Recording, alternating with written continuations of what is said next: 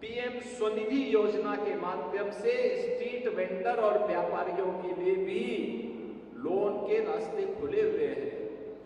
एक बार नहीं, दो बार नहीं, तीन बार नहीं, यूपी के अंदर अब तक 18 लाख स्ट्रीट वेंडर को पीएम स्वनिधि योजना में ऋण की सुविधा उपलब्ध हुई है। 18 लाख लोगों को। बहनों और भाइयों, एक वोट की कीमत आपको समाज को बताना है, इसलिए बताना है। जो चर्चा है एक तरफ, जिसके बारे में भी डॉक्टर संजीव बालियान ने भी चर्चा की है, एक तरफ फैमिली फर्स्ट है और दूसरी तरफ नेशन फर्स्ट है। मोदी जी के नेतृत्व में नेशन फर्स्ट की बात होती है, देश पहले, और इंडी गठबंधन के साथ जुड़े हुए लोगों के लिए परिवार पहले है। वे जातिवाद की बात करते हैं और मोदी जी गरीब कल्याण की बात करते हैं।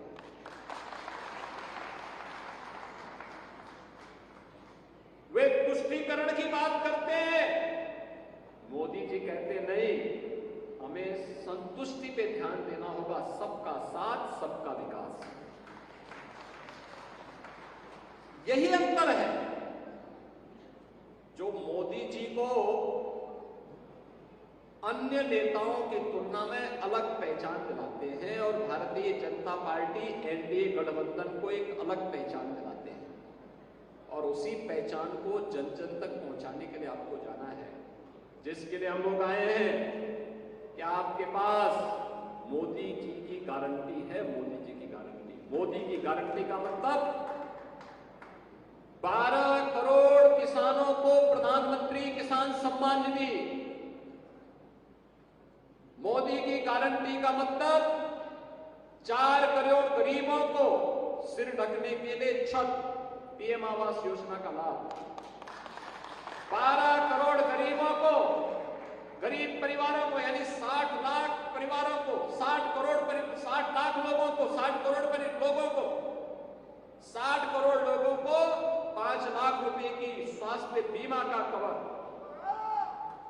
2.5 करोड़ परिवारों को उनके घर के अंदर उजाला। 10 करोड़ गरीबों को प्रधानमंत्री उज्ज्वला योजना में फ्री में रसोई गैस का कनेक्शन। मोदी की गारंटी का मतलब हर बेटी और हर व्यापारी को सुरक्षा। नहीं तो पश्चिमी उत्तर प्रदेश में 2017 के पहले हम आते थे। मुझे याद है कपिल देव अग्रवाल जी के सभा में ही मैं आया था 16 में, और मैं आया था उस समय चुनाव प्रचार के लिए। क्या स्थिति थी उस समय, क्या तनाव का माहौल था। मैंने कभी ये तनाव के माहौल में आप लोग रहते हैं, इस तनाव से मुक्त तो करिए। और मैं धन्यवाद दूंगा कि मुजफ्फरनगर वासियों को उन्होंने उस आह्वान के साथ जुड़ करके प्रधानमंत्री मोदी जी के नेतृत्व में विश्वास किया और उत्तर प्रदेश में भी भारतीय जनता पार्टी की सरकार बनने में अपना आशीर्वाद दिया। 2014, 2017, 2019, 2022 ये लगातार आपका आशीर्वाद मिला। तो मुजफ्फरनगर लोकसभा सीट में ही, सरथना में ही प्रदेश का पहला स्पोर्ट्स यूनिवर्सिटी बन रहा है, वर्ल्ड क्लास यूनिवर्सिटी बन रही है। अब किसी बेटी पारुल चौधरी को अपनी प्रैक्टिस के लिए दुनिया के अंदर नहीं, बल्कि इसी लोकसभा सीट में उनको अपनी प्रैक्टिस करने का एक अवसर प्राप्त होगा, एक मंच प्राप्त होगा। और फिर मुजफ्फरनगर की बेटी भी अब जब किसी इंटरनेशनल प्रतिस्पर्धा में, किसी एशियाड में, किसी कॉमनवेल्थ गेम्स में, किसी ओलंपिक में गोल्ड मेडल जीतेगी तो डायरेक्ट तस्तरी में परोस करके डिप्टी एसपी का पद उनके सामने होगा। तो ना डिप्टी एसपी की सीधी नौकरी हमने दी ना। उस बेटी ने घोषणा कहां की थी? चीन में। उसे पूछा गया कि चीन का खिलाड़ी तो तुमसे आगे चल रहा था, तुम कैसे? उसने उसने कहा जैसे वो आगे चल रही थी तो मैंने कहा अरे डिप्टी एसपी का पद छूट जाएगा, तो मैंने उसके मारी अपनी पूरी ताकत और उसको पछाड़ करके भारत को गोल्ड मेडल जीता। अब होनहार खिलाड़ियों की जगह बनेगी मुजफ्फरनगर लोकसभा से, पहले से है लेकिन उसको और एक नया स्वरूप, नए कलेवर के साथ, पूरी भव्यता के साथ, एक इंटरनेशनल खेल की हम यूनिवर्सिटी, स्पोर्ट्स यूनिवर्सिटी यहां बनाने जा रहे हैं। आज आपने देखा होगा डेवलपमेंट के कितने कार्य हुए, और डेवलपमेंट तब सार्थक है जब सुरक्षा हो। सुरक्षा के मोर्चे पर कोई कोताही नहीं, कोई कोताही नहीं। बेटी और व्यापारी की, अन्नदाता किसान की सुरक्षा में जो सेंध लगाएगा तो फिर वह भी देख रहा होगा कि उसको भी 10 बार सोचना पड़ता है कि अगर मैं लगाऊंगा तो फिर इसका परिणाम क्या होगा। बहनों और भाइयों, जो वर्षों से मांग थी आगे कि निजी ट्यूबवेल ऑपरेटर को भी, उस अन्नदाता किसान को भी फ्री बिजली मिले, यद्यपि प्रदेश में बहुत लोड आ रहा था, हमने कभी नहीं, अन्नदाता किसान के लिए करेंगे, और 2600 करोड़ रुपए इसी साल अपने बजट में अपने लिए भी किए हैं, तो इसके लिए किए हैं, जिससे उस पैसे को हम सरकार से देंगे और उनको फ्री में पानी, बिजली उपलब्ध करवाएंगे।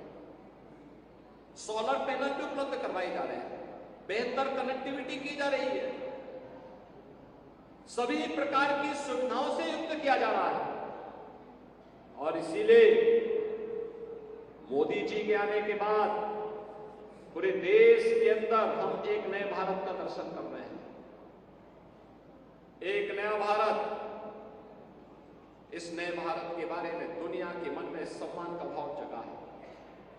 आज भारत के पासपोर्ट की कीमत दुनिया के अंदर बढ़ी है, भारत की सीमाएं सुरक्षित हुई हैं, देश के अंदर नए नए संस्थान स्थापित हो रहे हैं, भारत एक सही दिशा में आगे बढ़ चुका है। एक नया भारत जिसमें सुरक्षा भी है तो समृद्धि भी है,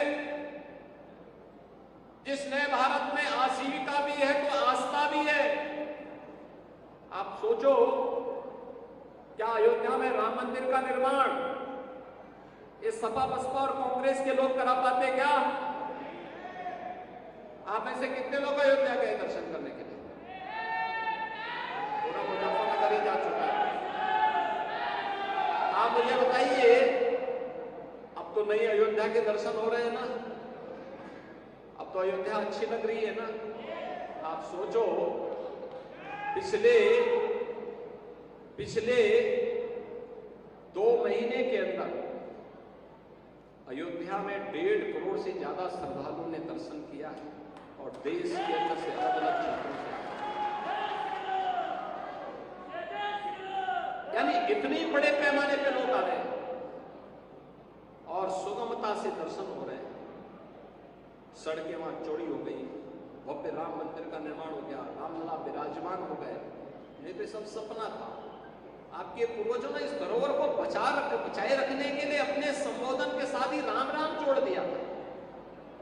यहां मैं देखता हूं पश्चिम में कोई किसान मिलता है, कोई परिवार आपस में मिलते हैं, संबोधन में क्या बोलते हैं? राम राम बोलते हैं, जिससे हम अपनी इस लड़ाई को अनंत काल तक आगे बढ़ा सकें। और आज रामलला स्वयं अयोध्या में विराजमान हो चुके हैं। क्या ये संभव था? क्या ये पिछली सरकारें कर पाती? क्या उन्होंने कर्फ्यू दिया, उन्होंने अराजकता दी, उन्होंने आस्था के साथ खिलवाड़ किया, उन्होंने बेटी और व्यापारी की सुरक्षा में सेंध लगवाई। लेकिन आज एक नए माहौल में हम आगे बढ़ रहे हैं। हमें मोदी जी को तीसरा कार्यकाल देना है, क्योंकि मोदी जी भारत को दुनिया की तीसरी बड़ी अर्थव्यवस्था के रूप में काम कर रहे हैं। अगले 3 वर्ष के अंदर भारत को दुनिया की तीसरी बड़ी अर्थव्यवस्था बनाना है, तो मोदी जी को तीसरा कार्यकाल देना होगा।